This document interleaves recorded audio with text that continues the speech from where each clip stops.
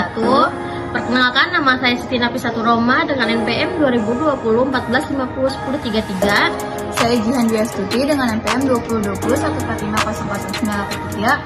Kami dari kelompok 4 ingin mempresentasikan tentang materi cara melakukan perdagangan luar negeri.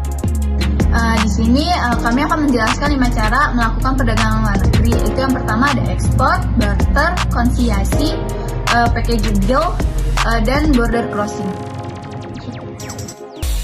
Setiap negara memiliki potensi sumber daya alam yang berbeda-beda. Contohnya, Saudi Arabia adalah negara yang sangat kaya akan minyak bumi. Tetapi, mereka memerlukan sumber daya alam yang lain seperti karet. Sementara di Indonesia, produksi minyak bumi belum mencukupi kebutuhan dalam negeri. Tetapi, Indonesia merupakan penyumbang 21% dari produksi karet alam dunia. Perbedaan potensi sumber daya alam yang dimiliki Saudi Arabia dan Indonesia menyebabkan terjadinya perdagangan internasional. Saudi Arabia memperdagangkan minyak bumi ke Indonesia, sementara dari Indonesia menjual karet ke Arab Saudi. Terjadinya perdagangan internasional menimbulkan aktivitas yang dinamakan ekspor dan impor. Ekspor adalah aktivitas mengirim atau menjual barang ke negara lain. Negara pelaku ekspor disebut eksportir. Sementara impor adalah masuknya barang dari negara lain. Negara pelaku impor disebut importir.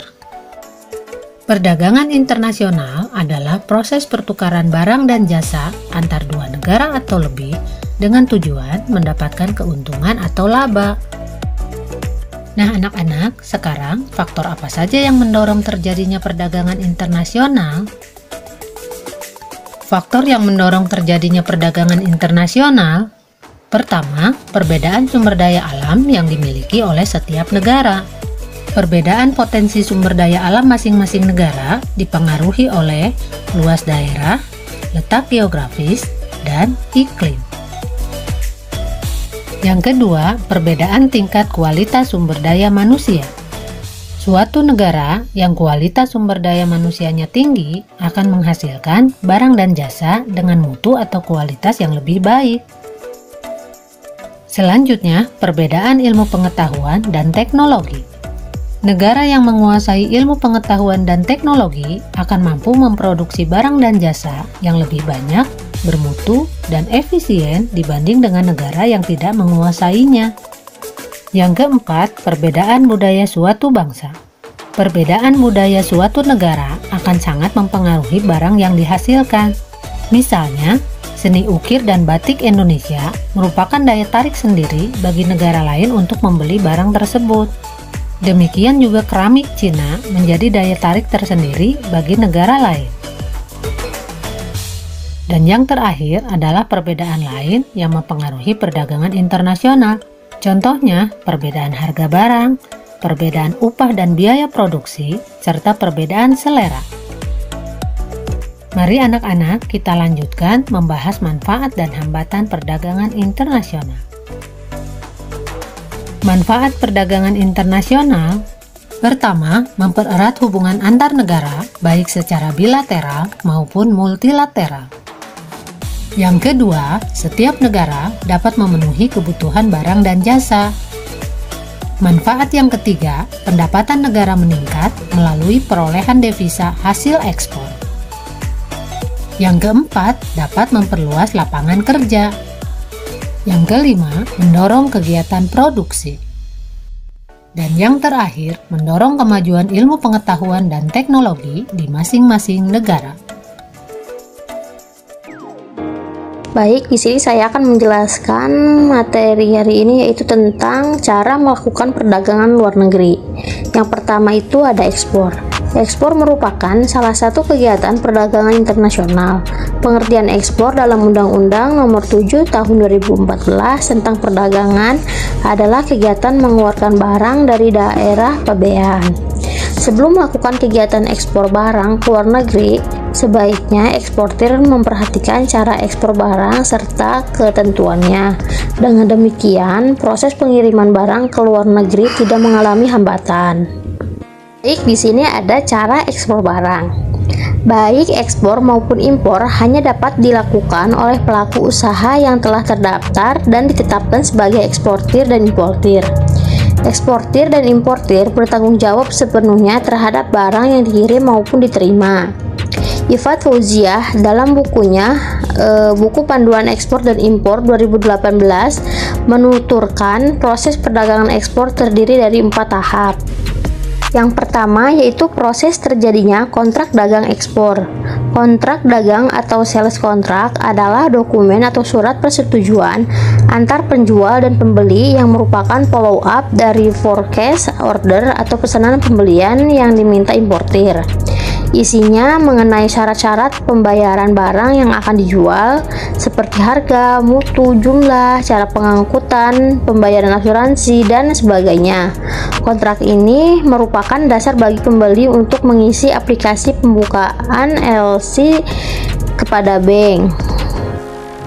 Baik, dalam kontrak dagang ekspor di sini ada 6 tahapan dalam proses terjadinya kontrak dagang ekspor.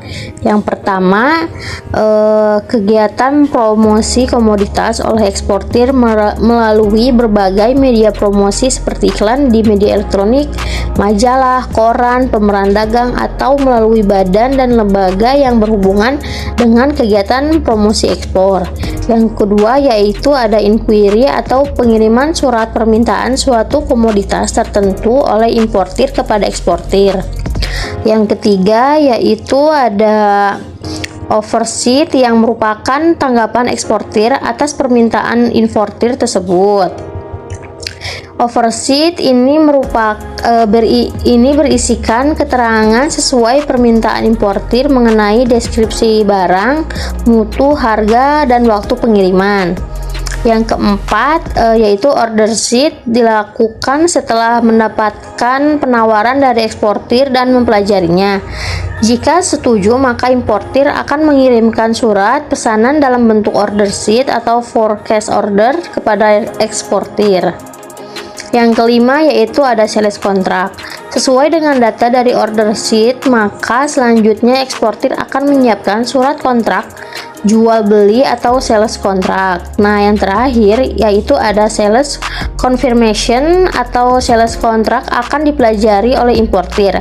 Apabila importir setuju, maka sales contract tersebut akan ditandatangani oleh importir untuk kemudian dikembalikan kepada eksportir sebagai sales confirmation.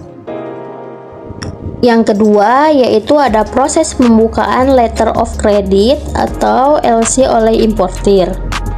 Letter of credit adalah jaminan dari bank penerbit kepada eksportir sesuai dengan instruksi dari importir untuk melakukan pembayaran jumlah tertentu dengan jangka waktu tertentu atas dasar penyerahan dokumen yang diminta importir. Proses pembukaan LC tersebut adalah sebagai berikut. Importir akan meminta opening bank atau bank devisa untuk membuka LC sebagai jaminan dana yang akan digunakan untuk melakukan pembayaran kepada eksportir sesuai dengan kesepakatan pada sales contract. Opening bank akan melakukan pembukaan LC melalui bank korespondennya di negara eksportir. Dalam hal ini adalah advising bank. Advising bank akan memeriksa keabsahan pembukaan LC dari opening bank. Apabila sesuai, maka advising bank akan mengirimkan surat pengantar LC advice kepada eksportir yang berhak menerima. Yang ketiga yaitu proses pengapalan barang oleh eksportir. Output penting dari proses pengapalan ini adalah dokumen pengapalan yang merupakan bukti bahwa eksportir telah mengirimkan barang pesanan importir sesuai dengan persyaratan yang tercantum dalam LC. Proses pengapalan meliputi yang pertama yaitu eksportir akan menerima LC advice sebagai acuan untuk mengirimkan barang. Yang kedua yaitu eksportir harus mengurus kewajiban pemberitahuan ekspor barang atau VEB di pihak bea dan cukai di pelabuhan muat. Yang ketiga yaitu ada shipping company akan memuat barang dan menyerahkan bukti penerimaan barang, kontrak angkutan, bukti kepemilikan barang, bill of lading, serta dokumen pengapalan lainnya jika ada kepada eksportir. Yang selanjutnya itu ada shipping company akan mengangkut barang tersebut ke pelabuhan tujuan yang disebutkan dalam bill of lading. Dan yang selanjutnya itu ada importir akan menerima dokumen pengapalan jika kewajiban pembayaran kepada opening bank sudah dilakukan.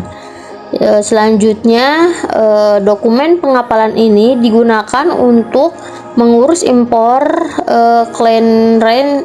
clearance dengan pihak bea cukai di pelabuhan dan mengambil barang muatan di shipping company. Yang terakhir yaitu ada shipping agent akan menyerahkan barang kepada importir jika biaya jasa shipping agent telah dilunasi. Yang keempat itu ada proses penguaan dokumen pengapalan oleh eksportir dengan bank devisa. Proses ini merupakan tahap terakhir dalam kegiatan ekspor. Eksportir melakukan proses penguaan dokumen pengapalan dengan pihak bank.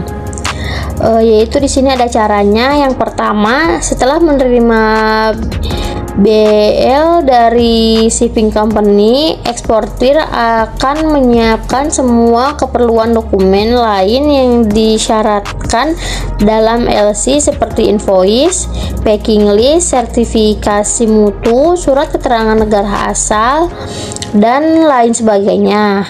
Nah, yang kedua yaitu ada negotiating bank akan memeriksa kelengkapan dan keakuratan dokumen pengapalan yang dikirim eksportir. Yang ketiga yaitu ada negotiating bank akan mengirimkan dokumen pengapalan kepada opening bank untuk mendapatkan pelunasan pembayaran atau reimbursement atas pembayaran kepada eksportir. Yang keempat yaitu ada opening bank akan memeriksa kelengkapan dan keakuratan dokumen pengapalan. Yang kelima yaitu opening bank selanjutnya memberitahukan penerimaan dokumen pengapalan kepada importir. Selanjutnya itu ada barter. Barter merupakan salah satu cara untuk mendapatkan barang maupun jasa yang diinginkan oleh seseorang dengan cara menukar dengan nominal atau harga yang sesuai dengan barang yang dibarter tersebut.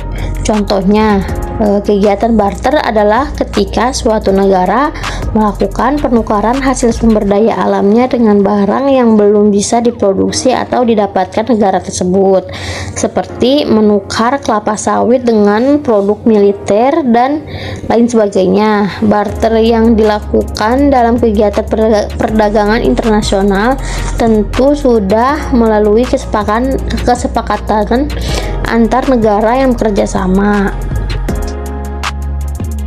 Selanjutnya itu ada konsiasi.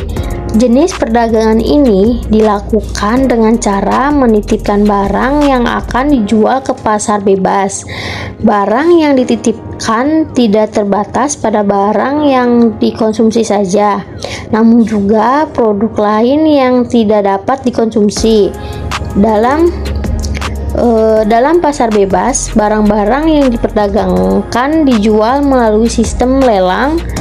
Artinya, barang-barang tersebut dapat terjual setelah menunggu adanya pembeli atau mereka yang minat dengan barang tersebut. Lalu ada package deal. Package deal merupakan kegiatan perdagangan internasional yang berguna untuk memperluas pasar suatu produk. Sistem ini dilakukan dengan cara membuat perjanjian dagang atau trade agreement dengan suatu negara. Isi perjanjian tersebut berupa ketetapan jumlah barang yang akan diekspor ke negara lain atau diimpor ke negara tertentu. Lalu yang terakhir itu ada border crossing. Border crossing adalah perdagangan yang terjadi di negara yang saling berbatasan dan berdasarkan perjanjian tertentu. Tujuan perdagangan ini adalah untuk memudahkan penduduk yang berada di negara perbatasan agar lebih mudah dalam berbelanja. Perdagangan ini dapat terjadi dengan cara yang pertama itu ada sea border crossing. Perdagangan antar negara yang melewati lintas batas laut. Sistem ini dilakukan oleh negara yang memiliki batas negara berupa laut dan dilakukan berdasarkan persetujuan dan ketentuan yang berlaku. Lalu yang kedua itu ada overland border crossing, yaitu perdagangan antar negara yang melewati lintas batas darat. Sistem ini dilakukan oleh negara yang memiliki batas negara berupa daratan dan dilakukan berdasarkan persetujuan yang berlaku. Demikian pemaparan materi dari kelompok kami. Kurang lebihnya mohon maaf. Wassalamualaikum warahmatullahi wabarakatuh.